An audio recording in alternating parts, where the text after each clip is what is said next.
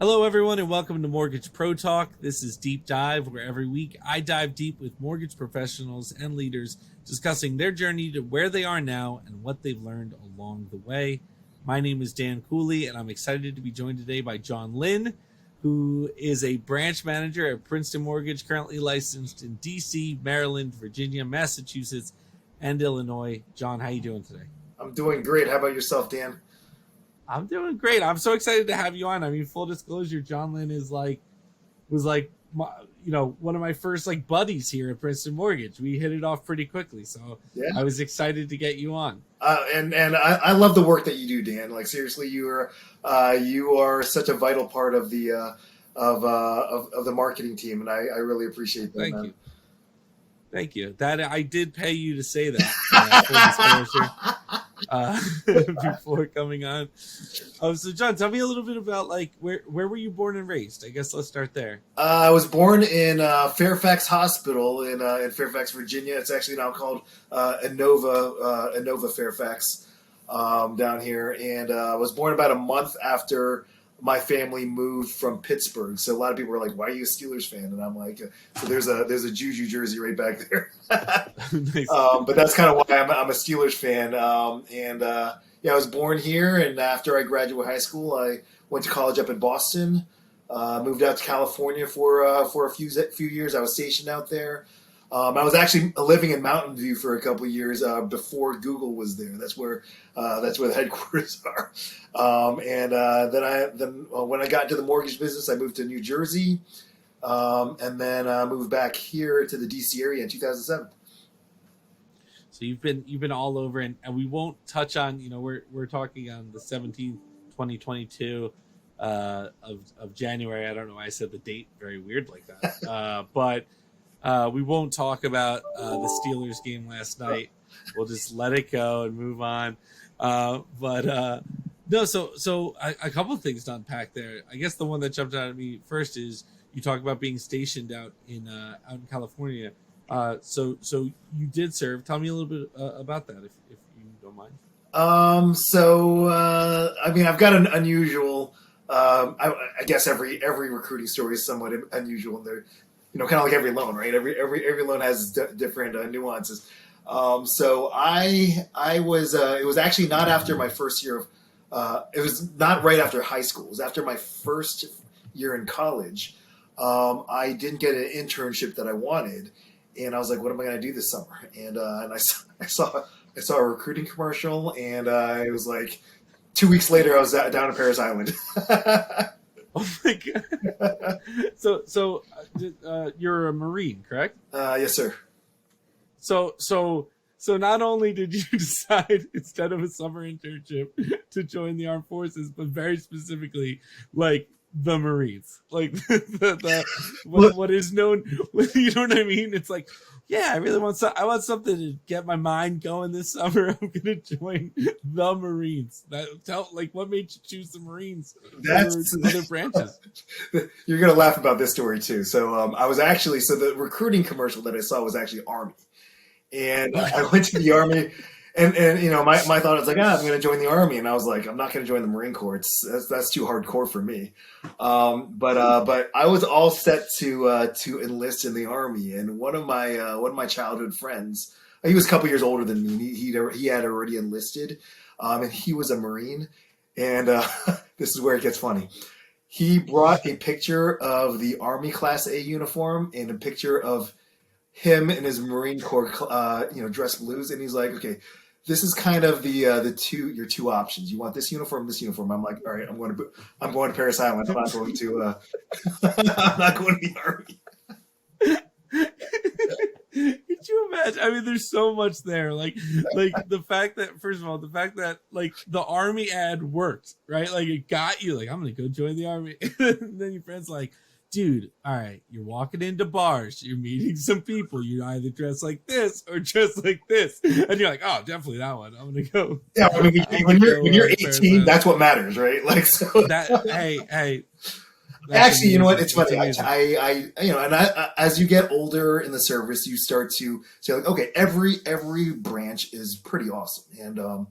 And I've actually talked to some people about if they're interested in joining the armed forces, I tell them, Navy and Air Force are I mean, every branch is awesome, but I'm like, I definitely know that feel like the Air Force does a great job preparing people for civilian jobs. I was infantry. That's another thing. Is like, I was like, not only am I joining Marine Corps, but I could have had any pick on any MOS that I wanted, and like, that my recruiter was like, you could do anything you want. Like, I got a really high score on my ASVAB, and I was like, I want infantry. He's like, are you sure? Yeah, infantry. That's what I want.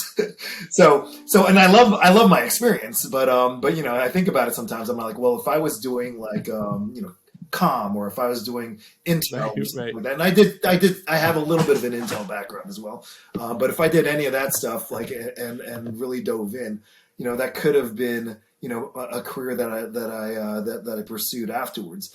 I mean, it ended up working out for me, but like, when I think about, the armed forces and how it prepares you for your future, I kind of went in it like like an 18-year-old. I was like, I want to be Marine Corps because of the uniform, and I want to be infantry because that just seems like fun stuff.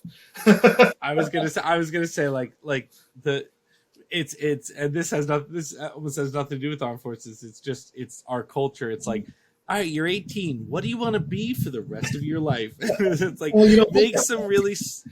make some smart decisions about the rest of your life at 18. It's like, no, I don't know what I want to do. I feel like, well, that was really cool. I know this is sort of, it's sad because I think everything is now like, we're in this weird like post-consumer phase as a culture where it's like everything is like cliche or like ironic or whatever. I say completely in no ironic terms. Like, thank you for your service. I really genuinely appreciate it. My father served with the Air Force. Some of my best friends were in the Army.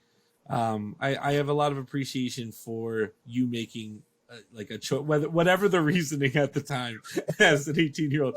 I appreciate you making that choice to serve. So honestly, John, thank you very much. Well, thank you.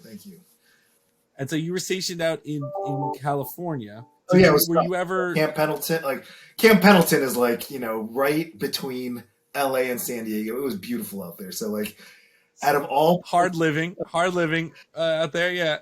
Yeah, I mean, to be fair, any service, there's going to be hard parts of it, right? But like, I was fortunate enough to get stationed in pretty much, like, aside from Hawaii, I think, as far as in the United States, this is, Pendleton's pretty much, the best place to get stationed, in my opinion.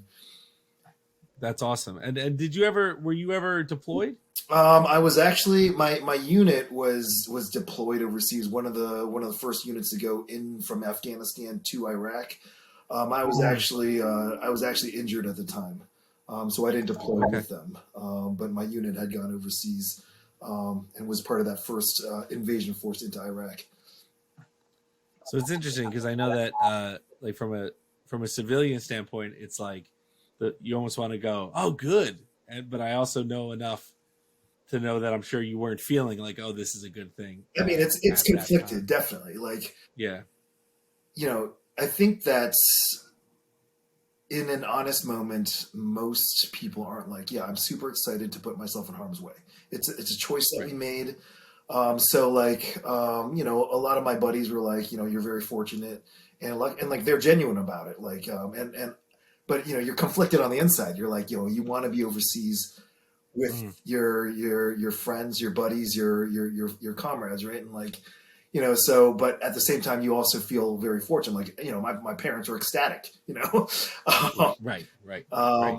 But I think it's just one of those things where unless you're in that situation, it's hard to describe the feelings I go through.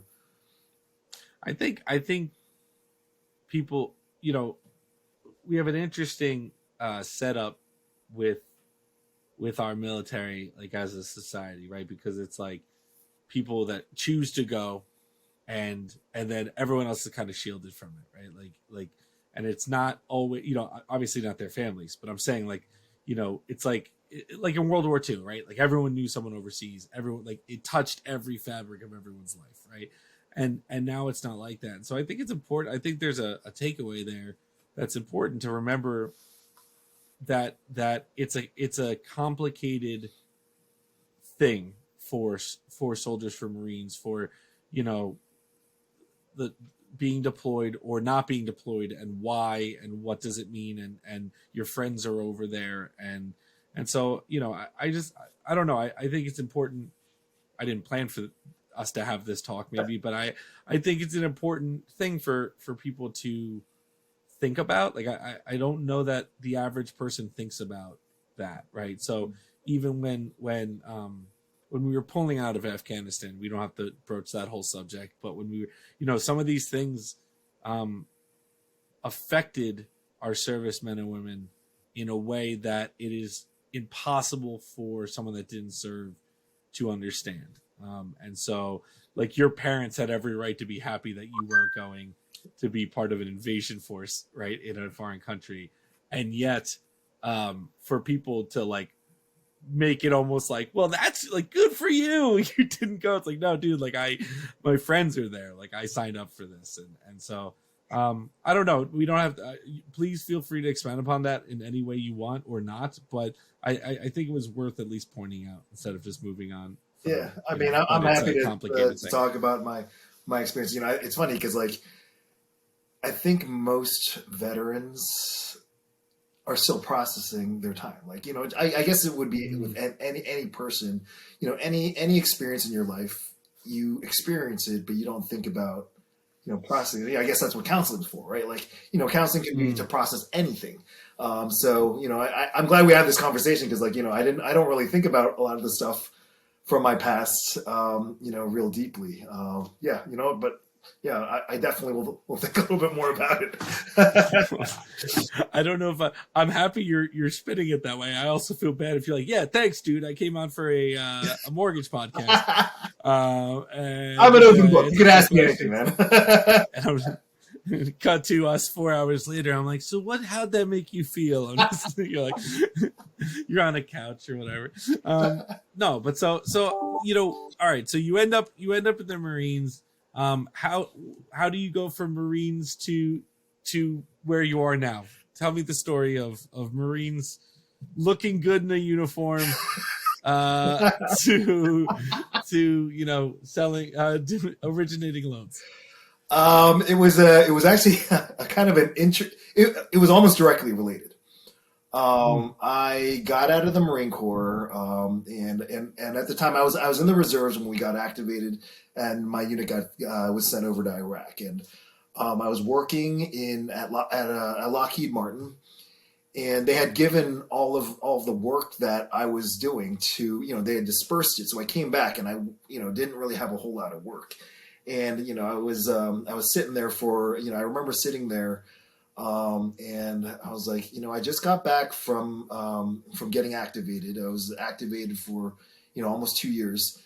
And I stood up and I was looking around and I was like, you know, I don't think this is what I want to do for my life. I feel like, you know, I'm crunching numbers. I was a financial analyst, you know, and entry level. Like, I was, you know, I was like 23 at the time, right? And I was looking around, and I was like 25 or so, and I was like, this isn't what I wanted. So I walked in my manager's office and I was like, hey, look, Pete, you know, and I love this guy. I was like, look, you know, I don't think this is what I want to do. I want to do something like client facing. Or something where I'm interacting with people and feeling like I'm making a difference, and not like, you know, and not that someone who's working on a missile program, like that I was working on a missile program, isn't making a difference. I just didn't feel like I was, right. And so, right. So I literally quit. I didn't have a job lined up, and I just started sending out my resume out, and I was very fortunate that I think my military experience helped me get interviews, and there was a little company in New Jersey that probably was only a couple years old, and, you know, they were like, hey, you know, you'd be a loan originator, and that's how I got started in 2004. And actually, a funny story, Mark Gordon came aboard probably a year and a half later after I started. So I met Mark. Oh, no kidding. Yeah. That's how I met Mark and Nicole. And Mark Gordon's the chief revenue officer of Princeton Mortgage. I knew you guys had known each other from the past, but I didn't know how. So that's crazy. So you were working together. Yeah. Awesome. And so I know. All right, you become a loan originator, but I know for a fact that you were a teacher at some point. So how do we go from? So to recap, we went from college to I didn't get an internship, so I'm going to join the Marine Corps, to being at Lockheed Martin, to a loan origination in New Jersey, and then did you go from there to being a teacher? Yes, actually, not in New Jersey. So our company's wholesale division was in Maryland, and so I asked to transfer back because my family's from the DC area, and I was like, hey, you know what, I'm gonna go into wholesale, so I moved into our wholesale division, and I remember I walked into our secondary market. I'm just somebody who likes. I'm very fascinated by different parts of our industry. Like secondary marketing was something that I took particular interest in. I remember, I keep up in the news, and there's a company called Countrywide that was one of our big investors. And for anybody that's been in the mortgage industry for a while, they know what happened to Countrywide. They went bankrupt, but they weren't bankrupt yet. And I remember I walked into Josh Phillips was our secondary VP of secondary marketing. I was like, hey Josh, I've been reading some news, and I'm a little concerned about Countrywide. What I'm seeing from their activities and their there's a bunch of different articles, and I remember Josh, and Josh is an awesome dude, and he said, well, I'm not too concerned. They're one of the biggest investors in the U.S. And wait, did you call it? Did you call the shot? Did you know before? Did you use your intelligence training to know that they were out? I think I got lucky. I mean, to be honest, very few people could very few people probably could have really told. But I was following some of the markets, and I was worried about some instability, and I was seeing a lot of defaults from the news that I was reading that wasn't, and it wasn't too much of a concern of people in the industry. And I think I just got lucky. I was 29 years old. I didn't know a whole lot, but I just took an interest in it, and then they went bankrupt. They declared bankruptcy a month later, and I took that as my cue that I was maybe this is something that I want to kind of wait on the sideline. And there was a couple of reasons why. I went to be an account executive from being a sales manager, because I was well, that was the wild west of the mortgage industry, where people would do some pretty shady things, and I was never that type of person. I just had people that called me and were like, hey, look, remember how you told me that I wouldn't trust that good faith estimate. That's what loan estimates used to be called, or that's something that I feel like you should do some research. And people would get into really bad situations, and they would call me back a couple months later, and it was heartbreaking. Somebody that had a 700 credit score drops to 500s because the loan originator was unethical and told them not to pay their mortgage. It's just something that I started to get a sick feeling of. And so a combination of all those things, I decided to leave. And, I always wanted to quote unquote retire and go into teaching. And, I thought financially I was pretty okay. So I went into teaching for what ended up 10 years. That's crazy. And so what grade did you teach? I taught 4th and 5th grade, and then my last year teaching, I taught 4th and 5th grade gifted kids. All right, awesome. And is it, remind me, so 4th and 5th grade, they're not switching to different classes. So you had your class, right? Yeah, I mean, elementary schools, you can do it at different levels. I had a partner teacher, Christina. She's awesome. She's watching this, and here's a shout out to all teachers, by the way. Teachers right now. Yeah. Legitimate. I say this because I never had to deploy. Okay? I never had to put myself into a super, super dangerous situation. Sure. But I think that out of all the jobs that I've had, all the life experiences, I think that teaching is possibly the most difficult job that I've ever had, and I loved it, and I've loved every job that I've had. Yeah. But yeah, but to answer your question, no, but actually, let's pause there for 1 second. There are huge. I agree. So my wife is a former teacher. She stepped away when our kids were born, and I would just say, it's one of those jobs where it is so bad that it's become politicized. Like, I know, like, in general, politicization is bad for a lot of things, and I definitely don't want to get into any of them. But I think like for teaching, because so I'm from New Jersey, and there was a very clear when Chris Christie first came into office, there was a whole thing with the teachers union, and they were going back and forth. And I'm sure that we could talk about both sides of the union versus blah blah blah and all of that. But like, teachers themselves are so hardworking, are so have to know how to help multiple different kids with not enough resources, right? They're not, and so what is always said is like, well, they get off for 2 months or whatever. It's like, I've never met a teacher that's not working till 9 p.m.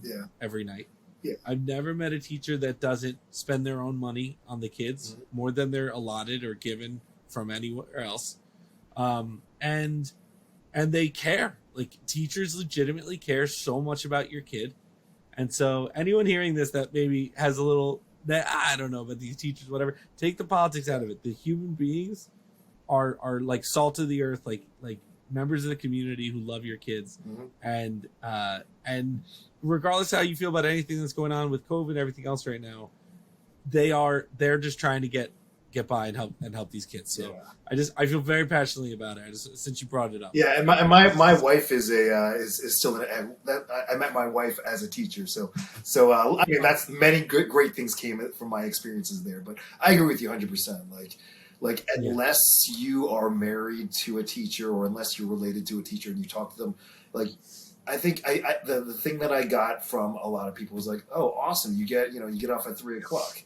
I'm like, well, and the other thing about being a guy is like I remember I was talking to somebody at a church that I attended, and he was like, oh, it's kind of like being a nurse. And I was like, what's that? Like a man nurse. It's like, it's a women's profession.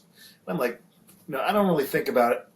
I don't think about it either way. It's like why do we have to define, just like in the military, is it just for men? No, absolutely. In fact, there's exceptional people no matter what your gender is, and there's in every profession. So it's a disgusting thing.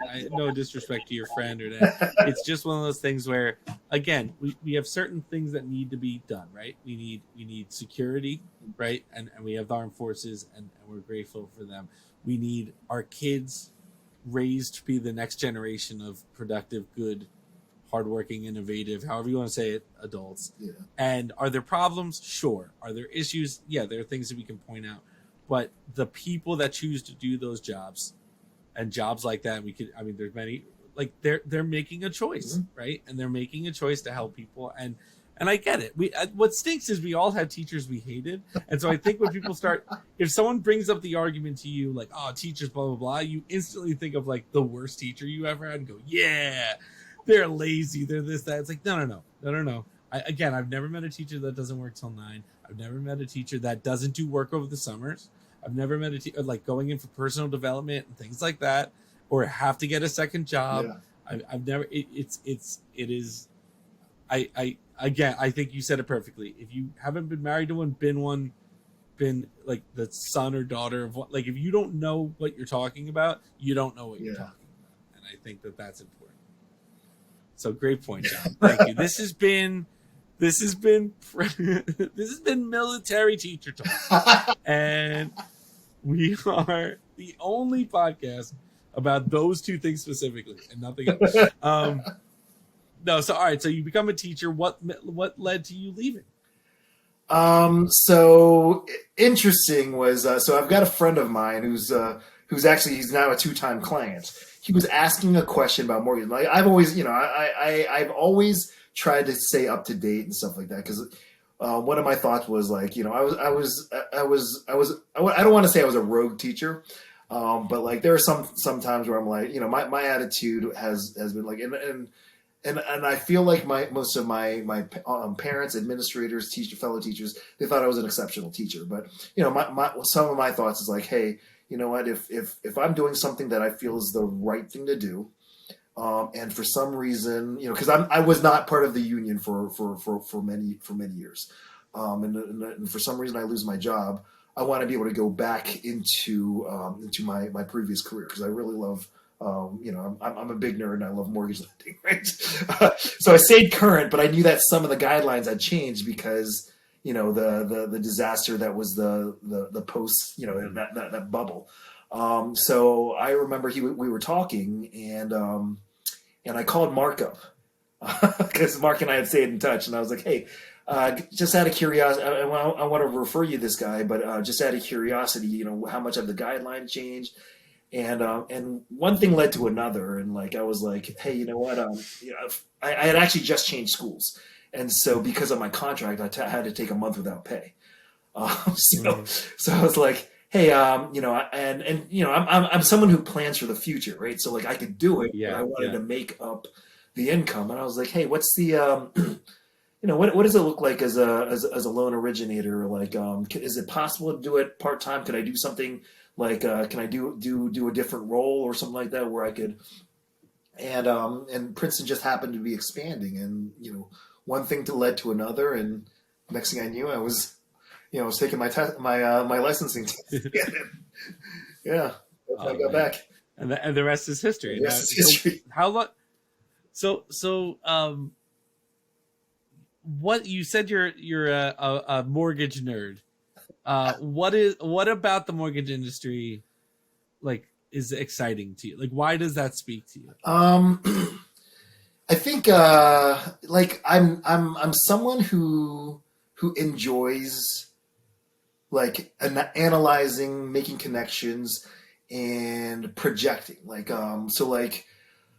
I think that's all part of my life, and taking data, taking like different points of data, and saying, okay, well, this is something that I could imagine happening, and so like I think before when I was talking about secondary marketing, and that's capital markets, and how mortgages work after the fact. Like you and I know that we take a mortgage and out on your house and you pay back a loan, right? But what exactly happens on the back end? And so I started studying about the investment piece about it and whatnot. But I think that out of all the things that makes me a nerd, the economics part of it and the capital markets part, where it's not part of my job really, it isn't. But I just take a keen interest in it just because I'm a big nerd.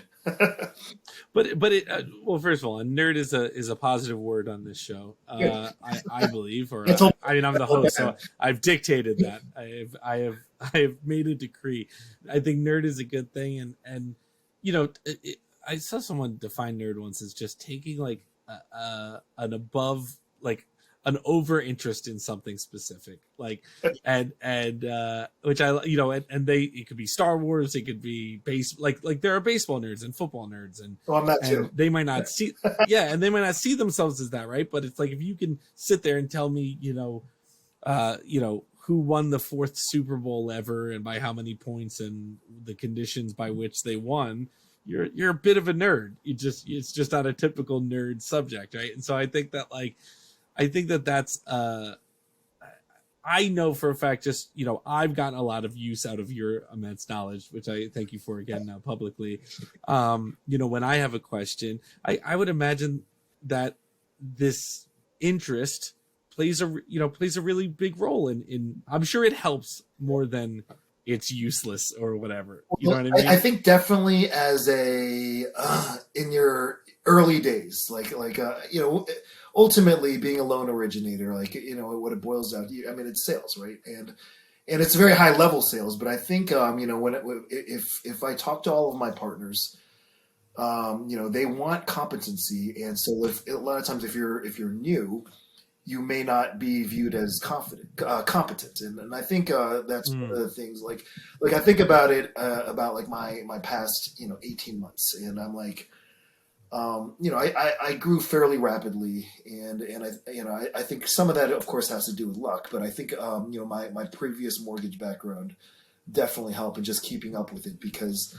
I think if it was just sales, then the industry knowledge isn't there, right?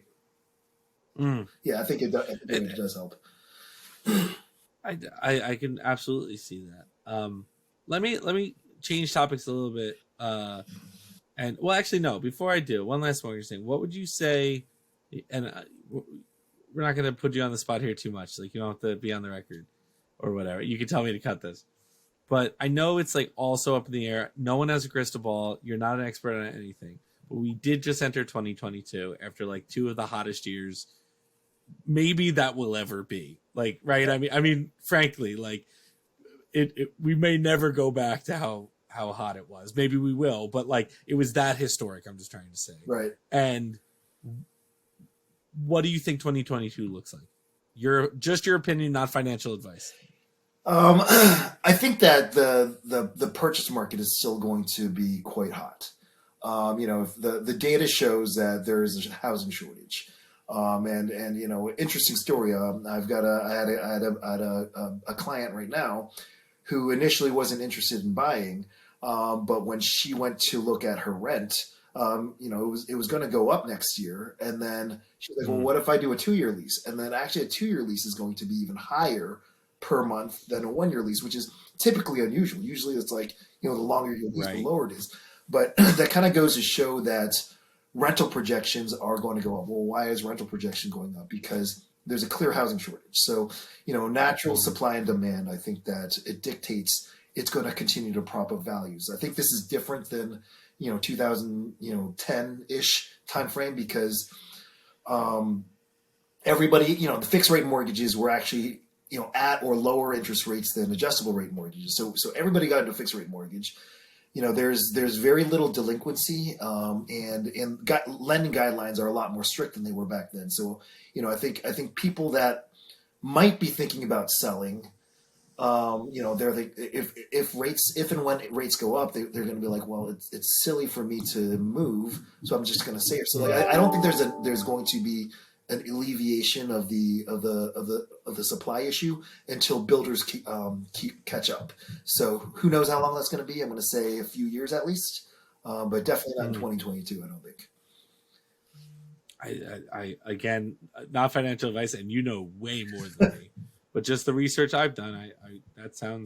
I think you're probably right. It's very, very interesting. I do understand why you've nerded out on this. Like I've definitely gotten much more into this world as I've entered, obviously since I've entered it, you would hope, but also just on a personal level. Like I find myself watching things and reading things and listening to things because I'm interested in it that are nothing I would have listened to 6 months ago. Right. And so it's just interesting to see how everything moves and works behind the scenes, like you say. Definitely. So let me ask, all right, so now we're changing topic. A couple of quick questions, and then I'll let you go. I really, really genuinely appreciate your time. The first one is, what is a lesson from your childhood that you use day to day or week to week or whatever, that you use in your current life? A lesson from my childhood. Another way to put it, I guess, would be what something your parents taught you that you still use? Let's put it that way, because then you can. Well, you know what? It's, I think that I was very fortunate growing up in many different ways. I think I had amazing parents. Of course, I didn't appreciate them until like later on in life. Like my dad is just an amazing human being. So I'll take something from my dad and something from my favorite teachers in high school. And I'm thinking about my favorite teachers. Right, I have two of them: Senor Planas, my Spanish teacher, and also Coach Cook, who also was my baseball coach, my JV baseball coach. And I'm definitely thinking about Coach Cook right now because he recently passed from a 2-year bout of leukemia. So if his family's watching, then my condolences here for your. Yeah, that's horrible. I'm so sorry. Yeah, but I think about Senor Planas and Coach Cook, and if you first met them, I would say you would say they're tough teachers. Senor Planas was super tough on me, and Coach Cook super tough on me, and they didn't give me A's. I didn't have to, I had to work for my grade, but I look back and I'm like, I did more learning with those two teachers because they were tough on me. So the lesson that I learned from them is just because someone is tough on you does not mean they don't love you. It does not mean that they don't care about you. It does not mean that, and just because someone's easy on you doesn't mean that they're doing what's good for you. So I actually ran into Senor Planas in 2007 at Giant at a grocery store, and I remember we were in the produce section. I didn't see him. He was like, "Excuse me," and then I was like, and I turned around, I recognized him right away, and he was like, "Did you go to Langley High School?" And I was like, "Senor Planas, yes, I remember you." So and he remembered me many years later after after that. And I guess a lesson from that is like, it was very truly touching that he remembered me, and so I think that's a lesson for me, is that everybody gets touched by, you may not know. I think it's a quote from Maya Angelou. What you do say or what you do may not be remembered, but how you made that person feel will. And I remember so many times Senor Planas and Coach Cook, many different times. It's almost like it was yesterday, different ways that they made me feel. And maybe I don't remember the exact words that they said, but I take that with me. And then with my dad, grit. I say my dad is the smartest person that I know, and he's got a doctorate in engineering. He's a really smart guy. But the thing that sets my father apart is his great attitude about learning. And he's somebody that if he sets his mind to something, it doesn't matter how long it takes, he's going to accomplish it. And he has a great attitude. He thinks everything is cool.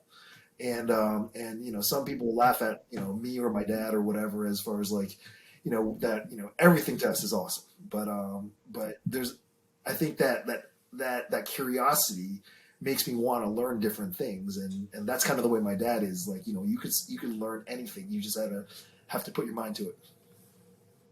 Well, look, I mean, second part first,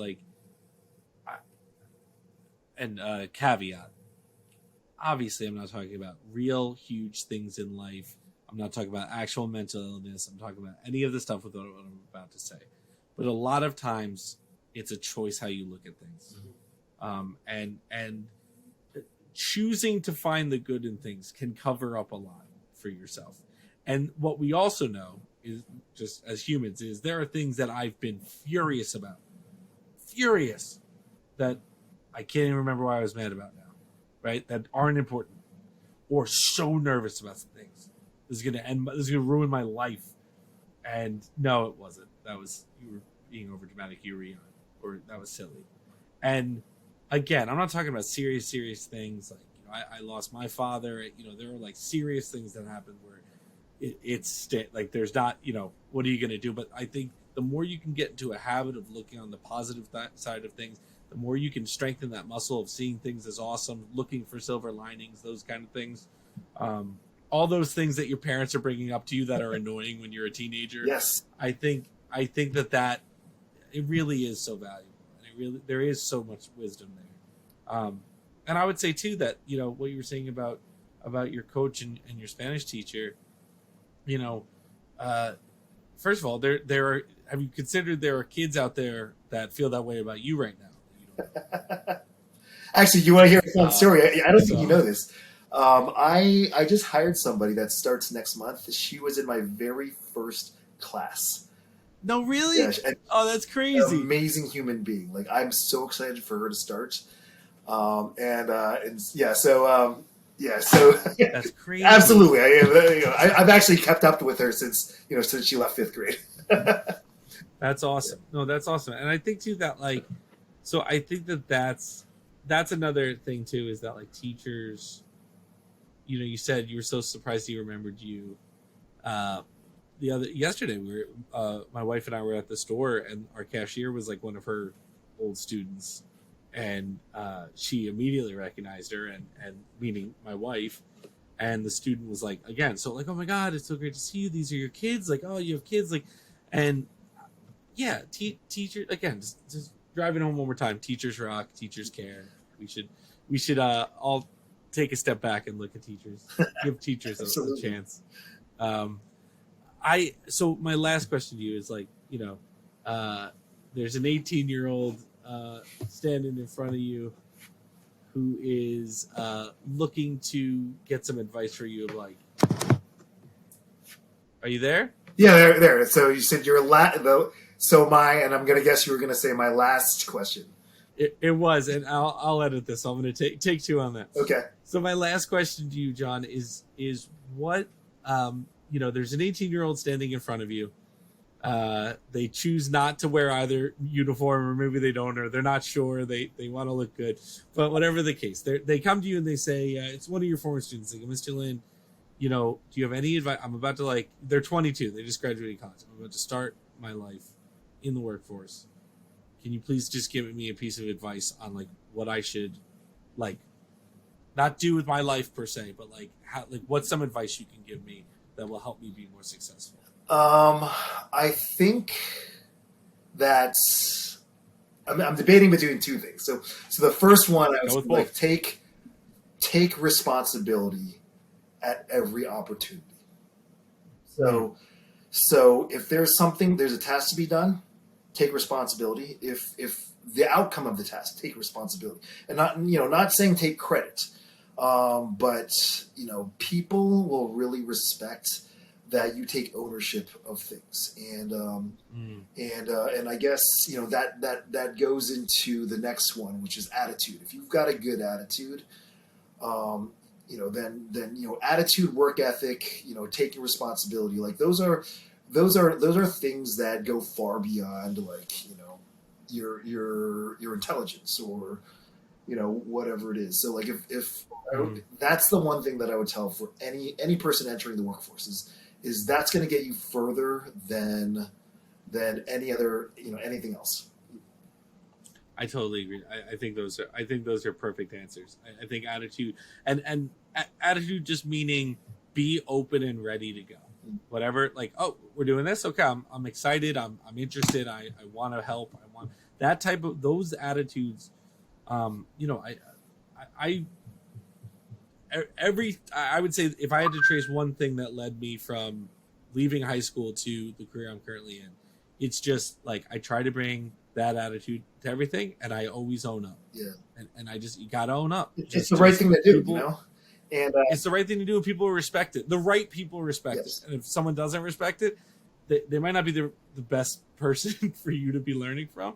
But even if it means that your boss is looking at you like, dude, are you kidding me right now? Like, in the long run, they'll know they can trust you because they'll know when John messes up, he tells me, and he learns from it. And that matters more long term than getting everything right or seeming like you're getting it right. Yep. Oh man. Well, John, thank you so much for joining me. I want to let you kind of have the last word. Is there any last thing that you want to say? Bring up any topic that we broached that you want to just close the loop on? I just want to. The last thing I want to say is, Dan, I think you're awesome, and I'm thankful that you asked me to come on the show. I'm honestly honored because. The people that you've interviewed, I highly respect. I see them as leaders. And, thank you. And for you to think of me as the same way, I'm like, man, that's pretty awesome. Oh, well, I appreciate it. I do. And I honestly do. And I got to be honest with you, like anyone that's listening to this, if you stumbled onto this as a borrower somehow, that's cool. and if you're, a real estate or anybody, like if you're looking for someone to work with, John, you're honestly one of the best people that I've gotten to meet thus far, kind of in my life. Like you're just a totally unique, honest. No, I'm being real. You're a totally honest and good person, and I think it shows when you meet good people, and you're really good at what you do. So anyone that's looking for a home or a good partner, if you were in DC or Maryland or Virginia or Massachusetts or Illinois, reach out to John Lynn. You can find him at John Lynn, so JOHN lin.princetonmortgage.com, or you can just look on LinkedIn. John's all over. He's got videos up. He's doing cool things. So whatever the case, but highly recommend you, John. So thank you very much for joining us today. All right, thank you, Dan. You have a fantastic day. Okay. You too. All right, take care.